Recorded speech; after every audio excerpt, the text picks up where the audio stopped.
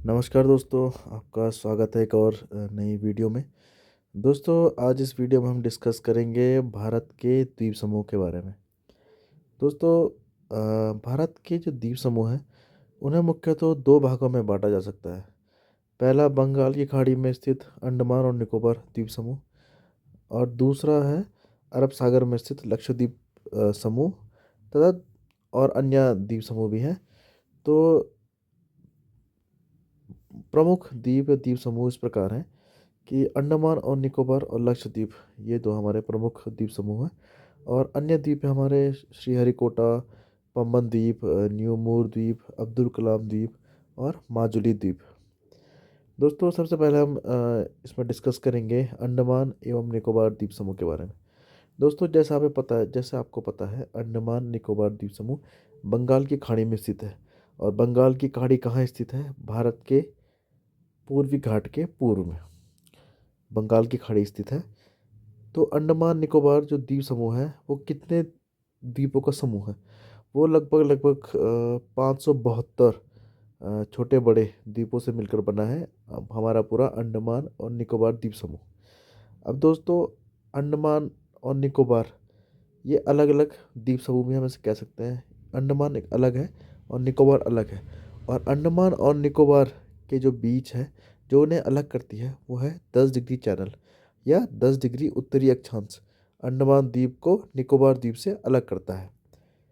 और अंडमान द्वीप के अंदर भी बहुत सारे हमारे भाग है, जिससे अंडमान द्वीप बना है। जैसे उत्तरी अंडमान से बना है, दक्षिणी अंडमान से बना है, मध्य अंडमान से बना है और लिटिल अंडमान से बना है। दोस्तों, अंडमान और निकोबार ये द्वीप समूह में कई पर्वत चोटियाँ भी हैं, जिसमें कि सबसे ऊंची जो चोटी है वो है सैडल चोटी, जो कि उत्तरी अंडमान में स्थित है। यह लगभग लगभग 738 मीटर इसकी ऊंचाई है इस चोटी की। और अन्य चोटी भी हैं, जैसे माउंट डियोवोली, यह जो है मध्य अंडमान क्षेत्र में है और इसकी जो ऊंचाई है 515 मीटर है। और एक और दो और जो प्रमुख जो मुख्य पर्वत चोटियां हैं वो है माउंट कोयोब और माउंट थुइलर। जो माउंट कोयोब है वो दक्षिणी अंडमान में स्थित है, जिसकी ऊंचाई लगभग 460 मीटर की इसकी ऊंचाई है। और माउंट थुइलर ये जो है ग्रेट निकोबार द्वीप में है, जिसकी ऊंचाई लगभग 642 मीटर है। तो अंडमान और निकोबार द्वीप समूह के ये कुछ प्रमुख चोटियां हैं। दोस्तों, आइए अब डिस्कस करते हैं अंडमान और निकोबार द्वीप समूह में जो अन्य जो इसकी महत्वपूर्ण डिटेल्स हैं उनके बारे में डिस्कस करते हैं। सबसे पहले जानते हैं इसकी राजधानी। जो अंडमान और निकोबार द्वीप समूह है उसकी राजधानी है पोर्ट ब्लेयर। ये पोर्ट ब्लेयर स्थित का है, यह है दक्षिण अंडमान द्वीप में है। दक्षिण अंडमान द्वीप जैसे कि आप इसमें देख सकते हैं, यह है साउथ अंडमान और यह है हमारा पोर्ट ब्लेयर, ये वाला क्षेत्र पोर्ट ब्लेयर है। आ, तो दोस्तों आगे डिस्कस करते हैं। यहीं पर प्रसिद्ध सेल्यूलर जेल है। सेल्यूलर जेल दोस्तों अंग्रेज़ों के ज़माने से बहुत फेमस एक जेल है। तो ये सेल्यूलर जेल भी यहीं स्थित है, दक्षिण अंडमान द्वीप में है, पोर्ट ब्लेयर में। अब कोको स्टेट भी है इसमें। कोको स्टेट क्या है? ये अंडमान जो उत्तरी अंडमान है सबसे ऊपर, ये नॉर्थ अंडमान देख सकते हैं आप, ये वाला portion north Andaman. North Andaman के उत्तर में स्थित है कोको स्टेट, ये मतलब इसके ऊपर स्थित है कोको स्टेट, जो अंडमान को म्यांमार के कोको द्वीप से अलग करता है। तो दोस्तों, अंडमान जो नॉर्थ अंडमान है इसके ऊपर जो है, यहाँ है हमारा म्यांमार। और म्यांमार के कोको द्वीप समूह है वहाँ पर। तो हमारे जो अंडमान है और कोको द्वीप समूह के बीच में जो स्टेट है उसे बोलते हैं हम कोको स्टेट। दक्षिणी अंडमान और लिटिल अंडमान, अब देखिए इसमें कहीं पे दक्षिणी अंडमान और लिटिल अंडमान भी है। ये देखिए, यह है डंकन पैसेज, यह है हमारा दक्षिणी अंडमान, यह है हमारा लिटिल अंडमान। और इसके बीच क्या है? डंकन पैसेज है, या हम इसको डंकन पास भी कहते हैं। मध्य अंडमान के पूर्व में बैरन द्वीप है स्थित है, जो भारत का एकमात्र सक्रिय ज्वालामुखी है। अब दोस्तों देखते हैं बैरन द्वीप कहाँ पर है। ये देखिए, यह है बैरन आइलैंड, यह है साउथ अंडमान, यह है मिडिल अंडमान, और यह है हमारा बैरन द्वीप। मध्य अंडमान के पूर्व में है, देखिए मध्य अंडमान के पूर्व में स्थित है। अ, भारत का एकमात्र सक्रिय ज्वालामुखी यहीं पर स्थित है दोस्तों। बैरन आइलैंड्स में ही भारत का एकमात्र सक्रिय ज्वालामुखी यहीं पर स्थित है। जबकि उन उत्तरी अंडमान के पूर्व में नारकोडम एक सुषुप्त ज्वालामुखी द्वीप है। दोस्तों यहाँ पर सुषुप्त का जो सुषुप्त का मतलब होता है वो होता है वे ज्वालामुखी होते हैं, सुषुप्त ज्वालामुखी, जो वर्तमान में तो शांत होते हैं और या निष्क्रिय होते हैं, लेकिन भविष्य में फिर से फट सकते हैं। तो भारत का जो है नारकोडम जो है सुषुप्त ज्वालामुखी द्वीप है। इसकी लोकेशन भी देख लेते हैं। ये बताया है उत्तरी अंडमान, उत्तरी अंडमान हमारा ये रहा। उत्तरी अंडमान के पूर्व में स्थित उत्तरी अंडमान है, इसके पूर्व में स्थित है नारकोडम। देखते हैं यहाँ कहीं मिलेगा हमें।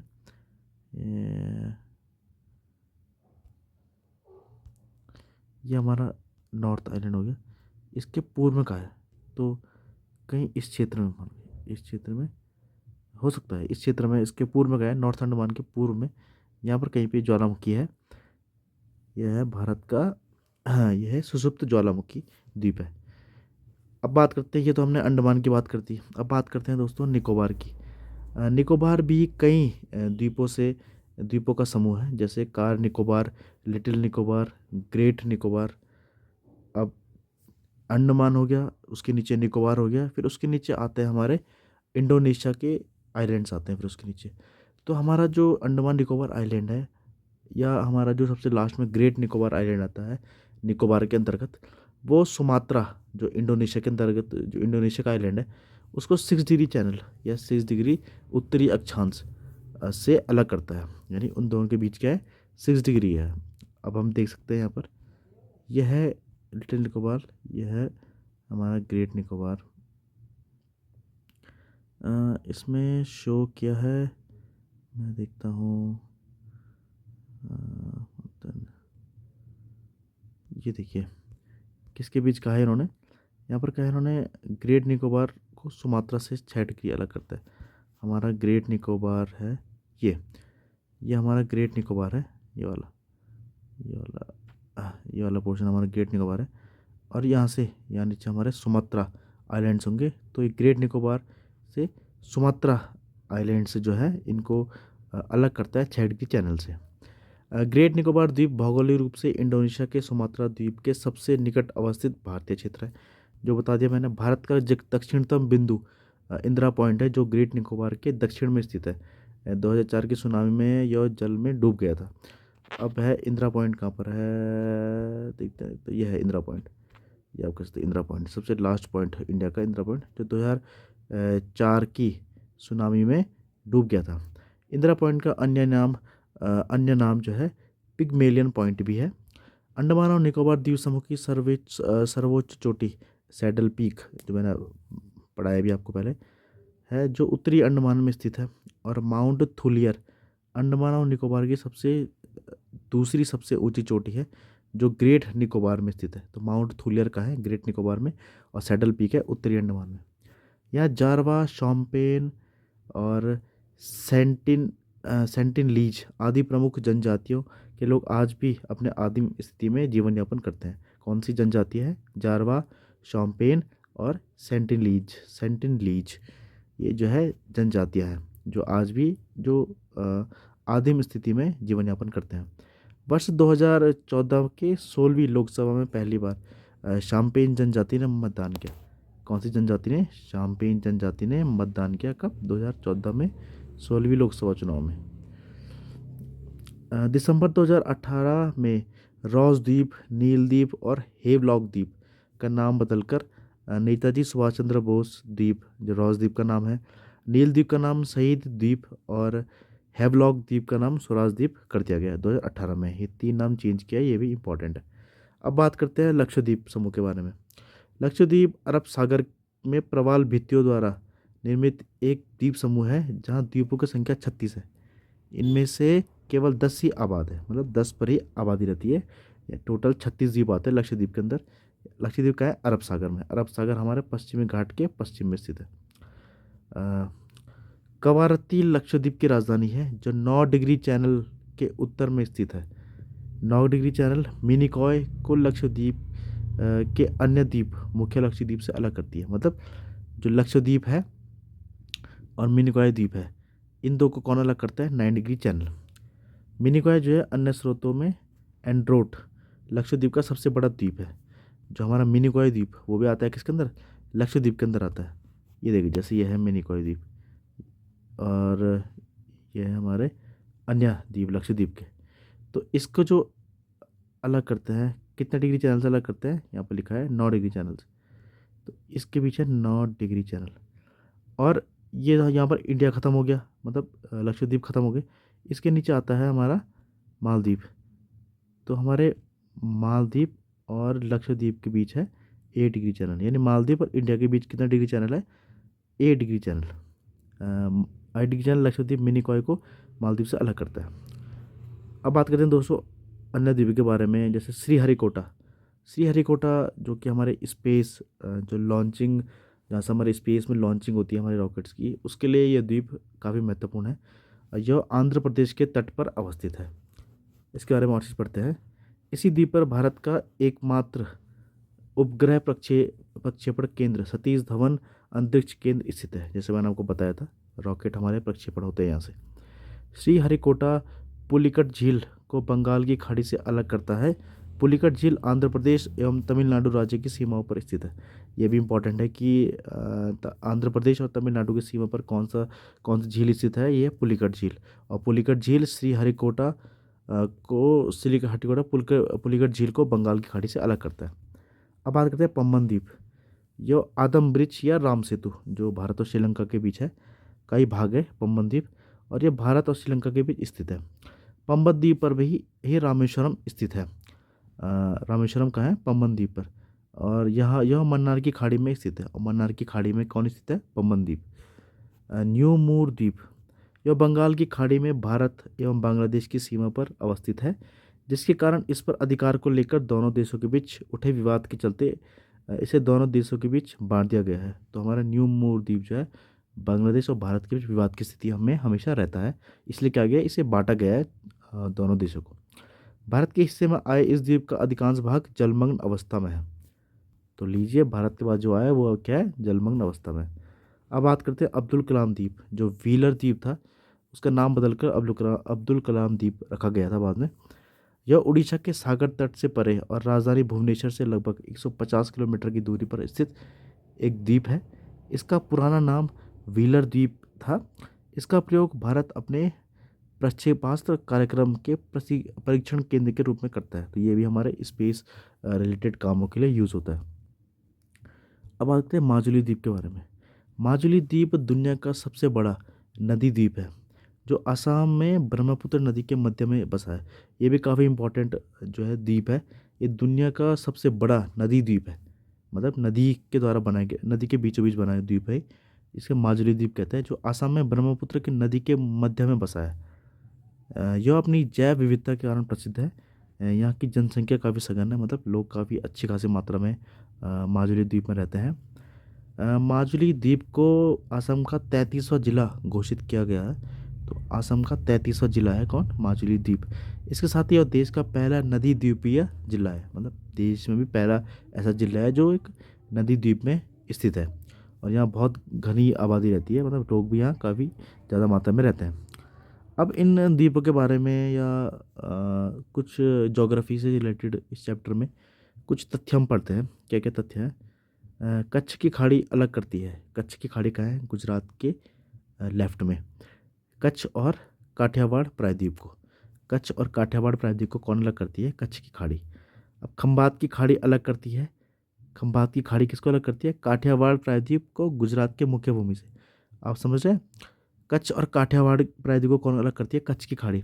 फिर काठियावाड़ और जो गुजरात की मुख्य भूमि है उसके बीच भी हमारी एक खाड़ी पड़ती है, उसे खंबात की खाड़ी कहते हैं। अब नर्मदा तथा तापी नदी के मुहाने पर अवस्थित द्वीप क्रमशः है अलिया बेट और खदिया बेट। जो नदी, नर्मदा और तापी नदी, ये नदी बहुत फेमस है। क्यों है? क्योंकि ये बहुत ही, आप कह सकते हैं, अपवाद के अनुरूप, जैसे बाकी नदियों का जैसे बाकी नदियाँ प्रभावित होती है दक्षिण भारत में, नर्मदा और तापी नदी उसके उल्टी दिशा में प्रवाहित होती है। अब आप जब नदी वाला चैप्टर पढ़ेंगे तो आप इसके बारे में डिटेल में पढ़ सकते हैं, लेकिन आप नाम याद रखिएगा, नर्मदा और तापी नदी, ये दोनों बहुत ही ज़्यादा क्या एक्सेप्शनल नदियाँ हैं। तो इनके मुहाने पर द्वीप है। कौन कौन से द्वीप है? अलिया बेट और खदिया बेट, नाम याद रखना इन दोनों द्वीपों का। वेलिंगटन द्वीप कोच्चि शहर केरल का भाग है। जो वेलिंगटन द्वीप है, वेलिंगटन द्वीप ये कोच्चि शहर का भाग है। भारत का शीत मरुस्थल लद्दाख को कहा जाता है। ये भी इम्पोर्टेंट पॉइंट है। पश्चिमी घाट की सबसे ऊंची चोटी अनाईमुड़ी 2695 मीटर, 2695 मीटर इसकी हाइट है। दक्षिण भारत की सबसे ऊंची चोटी अनाईमुड़ी, मतलब पश्चिमी घाट की जो सबसे बड़ी ऊंची चोटी है अनाईमुड़ी, वही दक्षिण भारत की सबसे ऊंची चोटी है। पूर्वी घाट की सबसे ऊंची चोटी है महेंद्रगिरी उड़ीसा में। और कुछ स्रोतों में यह भी कहा है जिंदगढ़ा आंध्र प्रदेश में मिलता है। तो कुछ भी आए, महेंद्रगिरी आए या जिंदगढ़ा आए, तो दोनों में से जो भी आएगा, पहले तो आप महेंद्रगिरी को टिक करना। अगर महेंद्रगिरी नहीं होगा तो जिंदगढ़ा को आप टिक कर सकते हैं। अब आगे बढ़ते हैं। गडजात की पहाड़ियाँ कहाँ स्थित है? उड़ीसा में स्थित है। गडजात की पहाड़ियाँ उड़ीसा में स्थित है। महाराष्ट्र की सबसे ऊंची चोटी जो है कलसुबाई, कलसुबाई जो है महाराष्ट्र की सबसे ऊंची चोटी है। भारत के हिमालय राज्य व केंद्र शासित प्रदेश कौन कौन से हैं? जम्मू कश्मीर, लद्दाख, हिमाचल प्रदेश, उत्तराखंड, सिक्किम, अरुणाचल प्रदेश, मेघालय, नागालैंड, मणिपुर, मिजोरम, त्रिपुरा, असम और पश्चिम बंगाल। ये क्या है? भारत के हिमालय राज्य व केंद्र शासित प्रदेश है। ये सब संख्या क्या है? हिमालय राज्यों की और केंद्र शासित प्रदेशों की है। अमरकंटक पहाड़ी अद्वितीय प्राकृतिक विरासत क्षेत्र है और विंध्य एवं सतपुड़ा पहाड़ी श्रृंखला का मिलन बिंदु है। तो जहाँ पर विंध्या पहाड़ी और सतपुड़ा पहाड़ी मिलती हैं, वहाँ पर अमरकंटक पहाड़ी है। जो इन दो क्या पर्वत श्रृंखलाओं को मिलाता है वह है अमरकंटक पहाड़ी। बिलीगिरीरंगन, बिलीगिरीरंगन पहाड़ी दक्षिण पूर्व कर्नाटक में स्थित है, जबकि सतपुड़ा पर्वत श्रृंखला पूर्वी गुजरात से महाराष्ट्र एवं पूर्वी मध्य प्रदेश होते हुए छत्तीसगढ़ में समाप्त होती है। ठीक है, दोनों पर्वत श्रृंखला के बारे में है। शेषचलम पहाड़ियाँ दक्षिणी आंध्र प्रदेश के पूर्व तट का हिस्सा है। शेषचलम पहाड़ियाँ ये भी काफ़ी इंपॉर्टेंट पहाड़ियाँ हैं। इसके बारे में आप लोकेशन याद रखेंगे, कहाँ है? दक्षिणी आंध्र प्रदेश के में पूर्वी घाट का हिस्सा है शेषचलम पहाड़ियाँ। जबकि पश्चिम घाट केरल, तमिलनाडु, कर्नाटक, गोवा, महाराष्ट्र, गुजरात राज्य तक विस्तृत है। तो कुछ इसमें पहाड़ी, पहला पॉइंट पहाड़ी का और पश्चिमी घाट का विस्तार बताया है सेकंड लाइन में। दोस्तों, तो इस वीडियो में इतना ही है। आई होप आपको समझ आया होगा। अगर आपको कुछ भी डाउट है तो आप कमेंट में लिख सकते हैं। वीडियो अच्छी लगी तो आप वीडियो को लाइक कर सकते हैं और शेयर कर सकते हैं। तब तक के लिए बाय, गुड बाय।